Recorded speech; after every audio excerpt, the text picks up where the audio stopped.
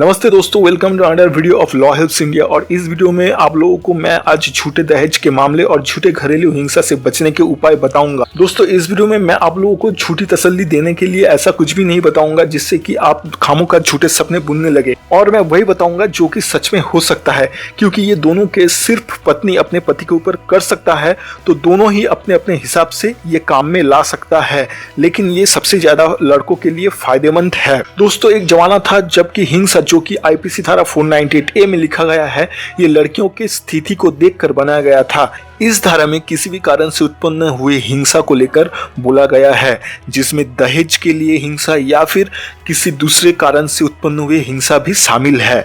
लेकिन अभी इस धारा का इस्तेमाल पतियों को लूटने या उसके घर वालों को परेशान करने के लिए किया जाता है। एक आंकड़ों के मुताबिक 498A के तहत अभी जितना भी केस कोर्ट में फाइल हो रहा है या किया जा रहा है, उसमें से 80% झूठा केस साबित हो रहा है। हाल ही में ये सभी घटनाओं को संज्ञान में लेते हुए सुप्रीम कोर्ट ऑफ इंडिया के जस्टिस ए के गोयल और जस्टिस ई ललित जी ने अपने ऑर्डर में ये कहा है कि अभी 498A के तहत ही FIR या केस फाइल अगर होता है या ऐसी कोई घटना सामने आती है तो तुरंत पतियों को गिरफ्तारी नहीं किया जाएगा, जो कि पहले इसका एकदम उल्टा था। ये ऑर्डर अपने आप में बहुत बड़ा ऑर्डर है।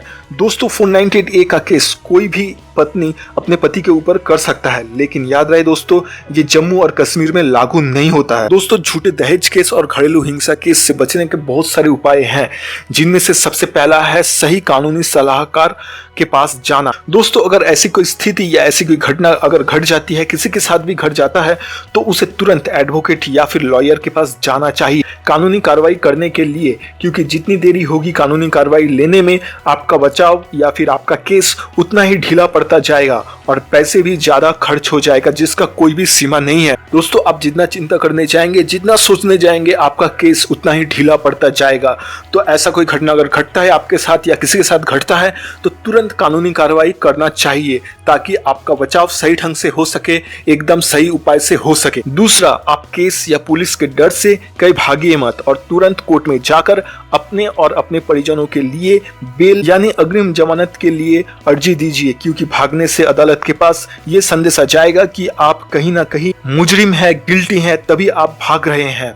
और इस क्रम में तीसरे नंबर पर आता है एविडेंस यानी प्रमाण। दोस्तों, ये एविडेंस किसी भी रूप में हो सकता है, कोई कागज के रूप में या कोई व्यक्ति विशेष जो कि आपके लिए कोर्ट में जाकर सबके सामने आप के लिए गवाही देगा, और वो व्यक्ति अगर आपके परिवार परिजनों में से नहीं आता है तो वो और भी अच्छा होगा। दोस्तों, ये सब काम आपको खुद करना है, आपको खुद से एविडेंस कलेक्ट करना है, इकट्ठा करना है और आपके वकील को देना है ये सब। दोस्तों, आप जितना एविडेंस कलेक्ट करेंगे, आपका केस उतना ही स्ट्रांग, उतना ही मजबूत बनता चला जाएगा। इसके बाद जो आता है वो है सही गवाह चुनना। दोस्तों, ऐसा मैंने खुद कोर्ट में देखा है कि गवाह को जो अपने लिए लाता है, उसी के खिलाफ यानी कि उसी के विरुद्ध वो गवाह कोर्ट में सभी के सामने गवाही देकर चला जाता है। यानी कि जो व्यक्ति गवाह को अपने हित में बोलने के लिए लाता है कोर्ट में, वो गवाह उसी को धोखा देकर उसी के विरुद्ध गवाही देकर चला जाता है। इससे कानूनी भाषा में होस्टाइल विटनेस भी कहा जाता है और इससे केस ढीला पड़ जाता है। दोस्तों, गवाह चुनते वक्त सावधानी बरतना सबसे अहम बात है। इसके बाद जो आता है वो है कि गवाह को सही से समझाना कि उसे कोर्ट के सामने क्या बोलना है या फिर क्या गवाही देना है। दोस्तों, किसी भी गवाह को कोर्ट में गवाही देने से पहले या कोर्ट के सामने गवाही देने से पहले उसे अच्छी तरह समझा देना जरूरी होता है कि उसे कोर्ट के सामने या सबके सामने क्या बोलना है। अगर ऐसा नहीं करता है तो कोर्ट में उसका गवाही आपके लिए भारी पड़ सकता है या आपके विरुद्ध भी जा सकता है आपका केस। इसके बाद छठा पॉइंट जो आता है दोस्तों, वो है कि ये सभी घटना घटने के दौरान आप अकेले में या फिर अपने फैमिली मेंबर को लेकर अपने पत्नी या उसके घर वालों के साथ कहीं भी मिलने ना जाएं। इससे आप और आपके फैमिली मेंबर और भी फंस सकते हैं। कुछ कारणों से अगर अपने पत्नी से मिलना भी चाहते हैं या आपके पत्नी आपसे मिलना चाहती है तो कोर्ट के संगीन में ये बात लाइए और कोर्ट में से एक स्पेशल ऑफिसर अपॉइंट करने के लिए दरखास्त कीजिए। दोस्तों, स्पेशल ऑफिसर कोर्ट के द्वारा अपॉइंट किए गए वो तीसरा व्यक्ति होता है जो कि या जिसे आपसे या आपके पत्नी से कोई मतलब नहीं होता है, या पहले से आप दोनों को नहीं पहचानता हो, या आपके फैमिली मेंबर या आपके पत्नी के फैमिली मेंबर को नहीं पहचानता हो। इनका काम होता है आपके और आपके पत्नी के साथ उस वक्त पर रहना जबकि आप दोनों अकेले में या फिर फैमिली के साथ कहीं मिल रहे हो, और ये बाद में इसका रिपोर्ट तैयार करके कोर्ट के सामने पेश करता है।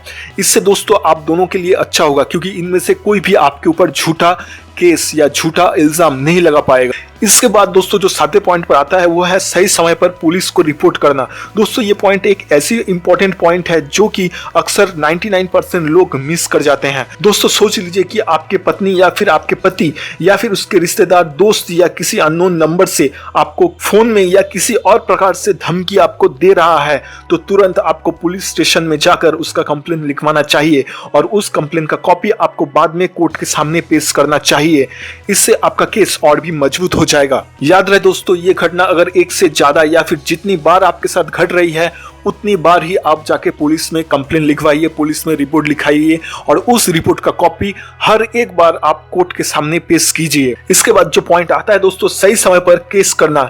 एक बात आप लोगों को याद रखना है कि जरूरत पड़े तो एक से ज्यादा केस आप लोग कर सकते हैं, और केस करने से आप डरिए मत, क्योंकि आप केस करने में जितना डरेंगे आपको नुकसान उतना ही ज्यादा होगा और जिसे बाद में भरपाई करना बहुत मुश्किल हो जाएगा। तो सही समय पर सही केस करना ही अक्लमंदी का काम है। दोस्तों अगर डिवोर्स देना है तो अपने शर्तों में दीजिए, इसमें आपका ही फायदा है, आपका नुकसान कम होगा इसमें।